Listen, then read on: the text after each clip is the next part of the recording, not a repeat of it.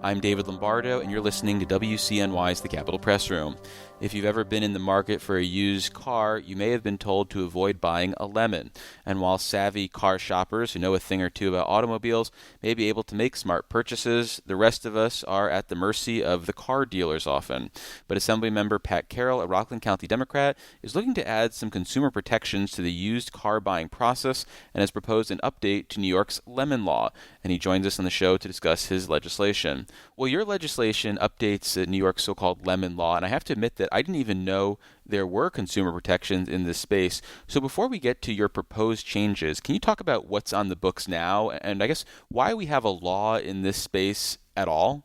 Well, certainly, David. It's all about protecting consumers. Not to be redundant, but I am on the Committee for Consumer Rights. Neely Rosick brought this to my attention early on actually, I have to say 2 sessions ago, my first session, and said this law was on the books since 1984 and hasn't been significantly updated. So the only update that did happen, we do have a new vehicle piece and a used vehicle piece, but needless to say, none of it has been updated, whether it be the amount of mileage to have a claim, or the matter that first struck me was the fact that some systems in vehicles that literally have changed drastically since 1984 weren't even covered as, for example, there was no electric cars back in 1984, and those issues weren't covered in the lemon law. So that actually was the first hook into why this might need to be changed.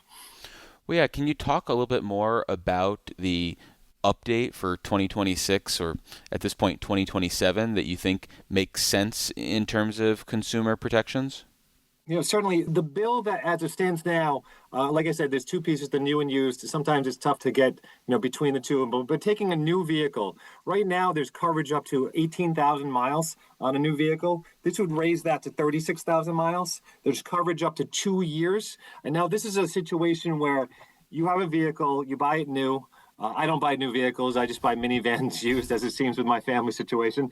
But anyway, you have a new vehicle and you've had it and something goes wrong. You go back to the dealer a reasonable amount of times. And at some point, they have to cover you if it's within these parameters. So it went from the bill as proposed would change from 18,000 to 36,000 miles and also from 2 years to 3 years. You would have to imagine at the very least a vehicle that you buy new should last without issue for 36,000 miles if you're using it in routine personal use and if you're taking care of it, changing the oils, whatever it may be. So this kind of adds that a little bit extra length of time for the coverage. I don't know about you. I know I've seen you in Rockland County. I know you're based out of Albany. People in this day and age drive about 20,000 miles a year. So raising that from 18,000 to 36,000 maybe at least gets them toward the tail end of that second year of coverage. And this is independent of any warranty that you may have with the dealership when you buy the vehicle. Well, sticking with that idea of thresholds, what about cost thresholds? Because as you pointed out, this is a law that dates back about 4 decades, and the relative costs to buy or repair a car have all shot up since then. So are there different triggers based on cost thresholds that you'd like to see updated?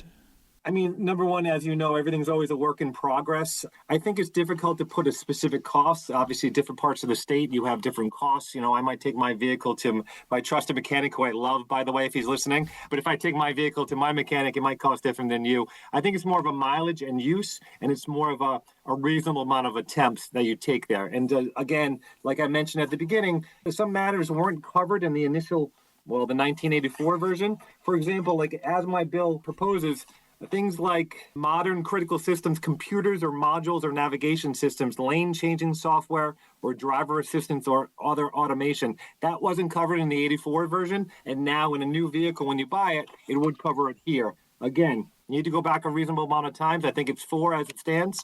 And hopefully that people can get the recourse they deserve as a consumer. And what about people who are leasing vehicles as opposed to purchasing them? Are there protections in existing lemon law measures, or is that some area that needs to be updated as well, since so many cars on the road nowadays are leased and not owned?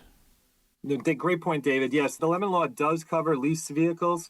There's a complicated math. I think it takes my my level of mathematics. That's why I went to law school, as they say. But there is recourse for people who lease vehicles and figuring out the value in what a recovery would look like for them. Obviously, when you lease a vehicle, you don't own it outright. But there is coverage now, and certainly we'd want people to be protected moving forward with that as well. And if someone is looking to utilize the lemon law, who do they turn to as sort of an enforcement entity? Is this something where the Department of Motor Vehicles has authority, Department of Transportation? Should we be turning to the State Attorney General's office? Who is the ultimate enforcement entity here? It's funny you say that, David. When I was kind of just looking at some notes before we jumped on this Zoom, I was, of course, Googled lemon law New York, and I came up with the 5 or 6 pop-up ads for lawyers who are using this, and that's probably their bread and butter of their practice. It's a private right of action. I'm not sure if there's an AG component. I know the AG has been a stakeholder who we've had conversations with about what they think should be changed in the law. And again, it's a work in progress, but it is something that you'd have to pursue on your own. Well, reading through the bill text, they did note that if any dealer refuses to honor your rights or you're not satisfied by the informal dispute settlement procedure, complain to the New York State Attorney General's office, and it goes on to give the address for that office up here in Albany. So it seems like that is a mechanism as well. Yeah, I do know that you have to kind of pursue it at first. I would imagine that Tish James's office doesn't want everyone calling about the air conditioner that's not working in the new vehicle right away. But hopefully after the 5th attempt, and they say no, that the AG would get involved. So this is not a new issue in Albany, but it is a new bill. So I was curious, how did you end up getting into this topic and eventually introducing legislation? Was there something local in your district? Did one of the consumer protection groups reach out to you? How did this become a Patrick Carroll bill? There was a couple of ways. Number one, I mentioned my Chair Rosick, who's also always receptive to, then I was a new member. Now I'm a seasoned member with 2 sessions under my belt. But she, was chatting about bills. And I said, look, I'd like to get something that's, has some meat on it. I'd like to get something that, has some substance and will affect some folks. And she kind of, was talking to a big proponent of upgrading, whatever it may be, the law. So she said, why don't you take this and run with it? Now, we thought this bill was going to be a simple upgrade, and clearly it's been 2 sessions and it hasn't passed yet because there are a lot of stakeholders. Obviously, you have the auto dealers and manufacturers who have issues. But like I had mentioned prior, the Attorney General's office does want to see some tweaks to the arbitration process that happened. So we're working it through. Hopefully we'll get something. I mean, I think there's a surface level bill that can be passed with just some slight upgrades. But then if we really want to dig deep, it might take a little bit longer into the session, hopefully next year. But yeah, I mean, I guess long story short, I'm always about the consumers in my district. We all know, whether it be ourselves or friends and neighbors who have a car and they're like, oh, we bought up, we'll call it a lemon. Other terms are used. But then with Chair Rosick, the ability to work on this bill was a good opportunity for me. Well, I want to talk a little bit more about your first term in office, but before we do that, let me reintroduce you. For listeners just joining us, I'm David Lombardo, and you're listening to WCNY's The Capitol Press Room, and we're speaking with Assemblymember Patrick Carroll, a Rockland County Democrat who just wrapped up his first 2 legislative sessions here in Albany.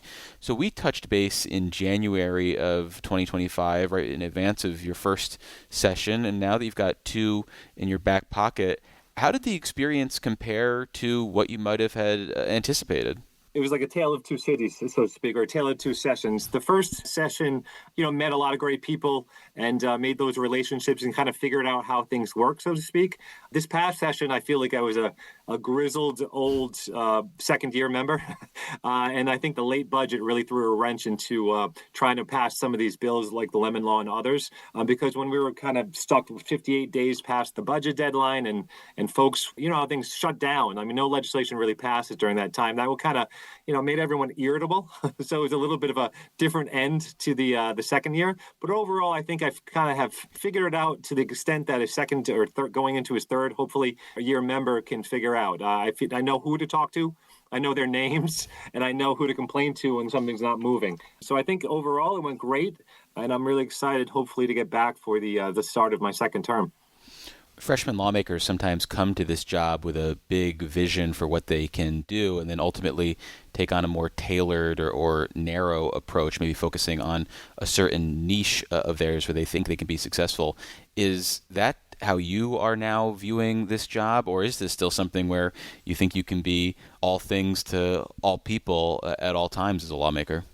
I think I need to learn that I can't be everything to everyone, but I think my brand is kind of listening and, that sounds great. That sounds interesting. Let's jump into it. I mean, we're talking about lemon law. That's still a pending piece of legislation. And I also had a Bumble dating app bill that passed this past session. So it's kind of an eclectic mix of various things. And obviously, I live in a very suburban, middle class district here in Rockland County. So whatever they want me to be involved in is what I want to be involved in. I don't think that we need to be the type, or I need to be the type to go up to Albany and say, I'm going to bang on Carl Hasty's door. I'm going to fix this right now. I think working with people, delivering for the district, and kind of just listening and see what comes through the door is my brand.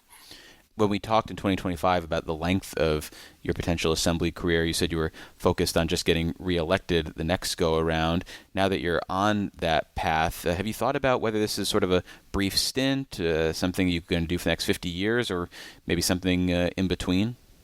I think that it's somewhere in the middle. Again, my goal right now would be reelected in November. I did have it was a little bit under the radar as some of the primaries went. I did have a primary that I was able to get through in June, focused on the general election and kind of doing things in the district until then. But I really like being in Albany. I think I've been an effective legislator. And I also realizing that, there's a little bit of a window, and I'm not saying new legislators aren't effective, because I think I have been effective. But I think that, a couple of terms under your belt, you really get a sense of what long-term goals can be. We can be speaking with our community members about long-term budget goals and kind of work it up in the state budget. So right away, you might not get that big project, but maybe, year 5, after I put in legwork for the last 3 years, I can get that big project for the district. So I think the goal will be to get it year 3 and 4 under my belt, and then we'll take it from there.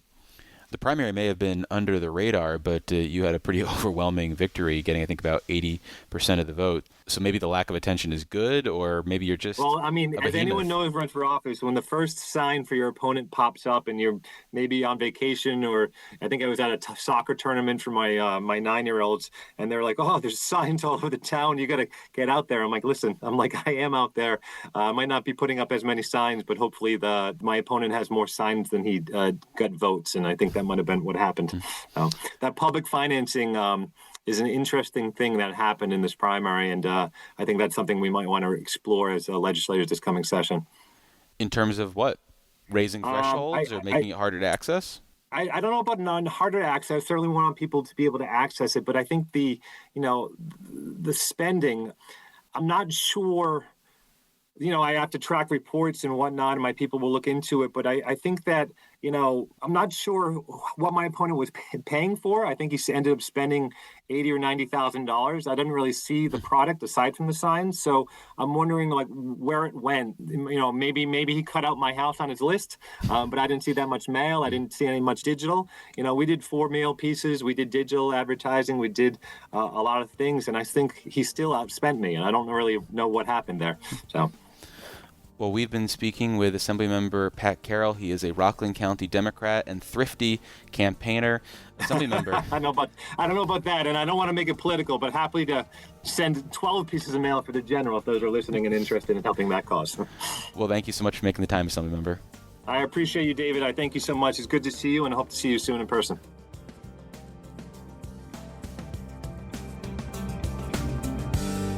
Support for the Capitol Press Room comes from O'Donnell & Associates, a public affairs firm providing strategic guidance to businesses and nonprofits on navigating policy and regulatory issues. More information is available at o'donnellsolutions.com.